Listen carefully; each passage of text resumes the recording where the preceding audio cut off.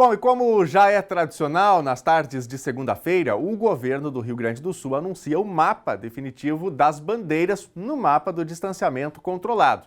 O traçado preliminar do mapa, anunciado na sexta-feira, colocaria 82% da população gaúcha sob restrições da bandeira vermelha, com alto risco de propagação do coronavírus. A repórter Lena Caetano vai falar diretamente com a gente lá da redação do NT Sul. Lena, domingo é o dia em que os prefeitos podem apresentar os seus recursos, né? Em domingos passados, muitos deles têm recorrido, né? Têm aproveitado esse dia justamente para recorrer da bandeira para tentar melhorar a situação para os seus municípios nesse sentido. Muitos prefeitos recorreram novamente neste domingo? Recorreram sim, Daniel. Boa tarde a você, boa tarde, amigos de casa, telespectadores do NT Sul. Como é tradicional, você disse agora há pouco, né, todos os domingos, até às 6 da manhã, é o prazo limite para que os prefeitos apresentem recurso. Aqueles que se sentem injustiçados com a classificação obtida junto ao governo do estado recorrem e na segunda à tarde, então, o governo do estado divulga a bandeira definitiva. 49 prefeitos apresentaram recurso, Daniel, até o dia de ontem, que está sob análise do governo do estado. A gente chama aí na telinha o mapa que foi divulgado na última sexta-feira pelo governo do Rio Grande do Sul, com a classificação das bandeiras, apresentando 6 regiões em bandeira laranja, 14 regiões em bandeira vermelha, totalizando 352 municípios.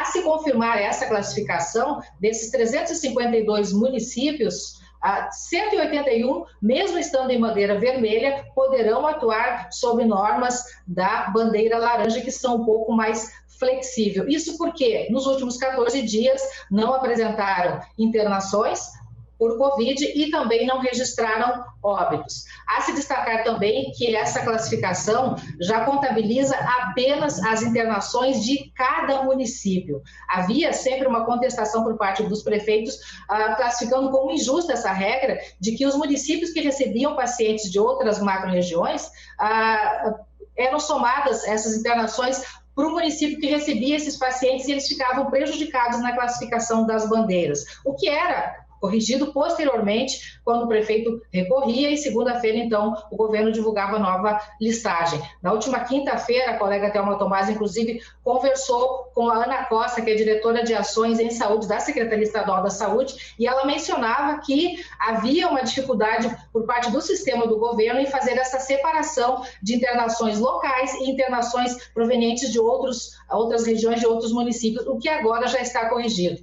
Segundo ela, havia a priorização em primeiro destinar atendimento às pessoas, aos pacientes que necessitavam, e só depois, então, se ajustava os números, o que era feito, então, mediante contestação dos prefeitos. A partir de agora, então, teoricamente, este problema está sanado.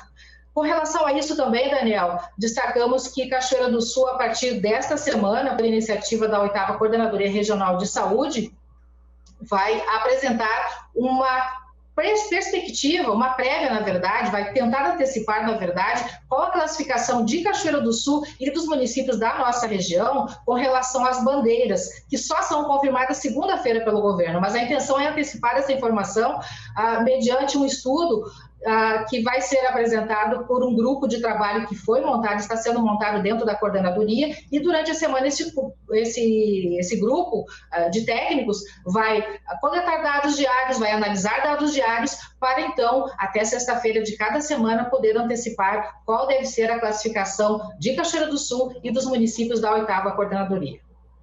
Pois é, isso certamente evitaria surpresas, né, quando chega aí o fim de semana, não é, quando sai o mapa. Bom, uma curiosidade, não é, o governador Eduardo Leite, como você mencionou, às segundas-feiras ele faz, ao fim da tarde, ao fim do dia, a sua live justamente atualizando um resultado final, né, as bandeiras que vão passar a valer já depois de analisadas ali as reclamações, não é, ou como é que eu posso dizer assim, os recursos, né, que foram interpostos pelos prefeitos. Só que na semana passada o governador Eduardo Leite testou positivo para a Covid-19. Vai ter live hoje, Lena? Vai ter sim, Daniel. Era curiosidade de todos, mas agora pela manhã a gente confirmou junto à assessoria do governador Eduardo Leite, que inclusive está com a agenda cheia, desde manhã às 9 da manhã até a noitinha, a agenda do governador está lotada. A gente observou inclusive que sem intervalo para almoço.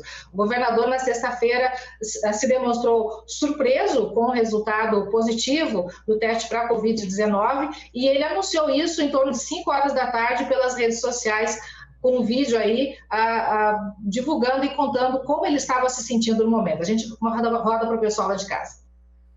Eu recebi o resultado no final da tarde de hoje de um exame positivo para o coronavírus. Eu estou completamente sem sintomas, estou me sentindo muito bem, mas evidentemente a partir de agora cumprindo as recomendações médicas de isolamento. Portanto, estou recolhido em casa, trabalhando virtualmente e agradeço a todas as mensagens que eu tenho recebido de carinho, mensagens de boas vibrações para a superação aqui do enfrentamento da doença, porque por mais que seja assintomática, né, evidentemente estamos aí acometidos, estou cometido de um vírus no qual tenho que me cuidar bastante. Então, muito obrigado a todos, em breve certamente estaremos aí de volta, sem deixar de cumprir as funções nesse período de recolhimento, através do que a tecnologia nos proporciona para cuidar do nosso estado. Aí o governador Eduardo Leite, portanto, vai fazer a sua live atualizando as bandeiras definitivas, né, que passam a vigorar a partir de amanhã no Rio Grande do Sul. Lena. Daniel, este vídeo, como a gente comentou, foi de sexta-feira, divulgado pelo governador, então anunciando que estava com a Covid-19. Passados 4 dias, hoje, melhor 3 dias, hoje pela manhã, a assessoria de comunicação divulgou e o governador saiu na frente através das suas redes sociais, atualizando a situação da sua condição de saúde. Mesmo estando trabalhando à distância, por videoconferência, mantendo a agenda e também confirmando a live para logo mais às 14h30, com a confirmação das bandeiras, o governador Eduardo Leite mencionou hoje pela manhã em comunicado nas redes sociais que hoje ele acordou sentindo leve cansaço, ele está sentindo dor de cabeça também, então com sintomas leves, segundo ele, que estão sendo acalmados através de uso de analgésicos comuns, palavras dele, claro que tudo com acompanhamento médico. O governador segue em isolamento e mantendo a sua agenda. Daniel, ainda sobre essa questão do governador estar com Covid-19, eu te faço uma pergunta antes de adiantar o próximo assunto. Se tu entrevistasse o governador Eduardo Leite, ao final da entrevista, tu te sentiria à vontade para pedir a ele o número do CPF dele? Bom, aí já é uma informação privada, né? Certamente que não. Pois é, não é o que pensam as pessoas que colocam regras para que as pessoas que se sintam ameaçados ou que pensem que têm Covid, que foram contaminados por Covid-19, elaboraram. Acontece que na sexta-feira, assim que o governador anunciou que estava com Covid-19, no final da tarde, o jornalista Renato Dornelles, que participou de uma roda de entrevista na TV Cultura, onde o governador deu entrevista para o programa Roda Viva. A gente fez fotos aí do pessoal recebendo o governador, seguindo os protocolos, todo mundo com máscara, cumprimento de cotovelo, enfim, mantendo o distanciamento. Mas mesmo assim, o Renato Dornelles, que é o rapaz de blazer azul aí, ele ficou com medo. E assim que ele soube da confirmação do teste do governador, correu para fazer um teste. Só que era final de tarde de sexta-feira e ele foi no laboratório particular, estava fechado, aí ele correu para o Sistema Único de Saúde. Chegando a uma unidade de atendimento, ele explicou a situação, que tinha tido contato com uma pessoa contaminada e não conseguiu o teste. Isso porque exigem e há necessidade de que ele apresentasse o CPF da pessoa contaminada. Não adiantou ele explicar que a pessoa contaminada era o governador e que ele não tinha toda essa intimidade de solicitar o CPF do governador. O resumo de toda essa história é que o Renato conseguiu fazer o teste bem depois, com o dedinho do governador, que possivelmente deve ter ligado lá para a Santa Casa, onde ele conseguiu fazer o teste, e felizmente, sábado pela manhã, ele ficou sabendo que negativou, que não está contaminado com a Covid-19.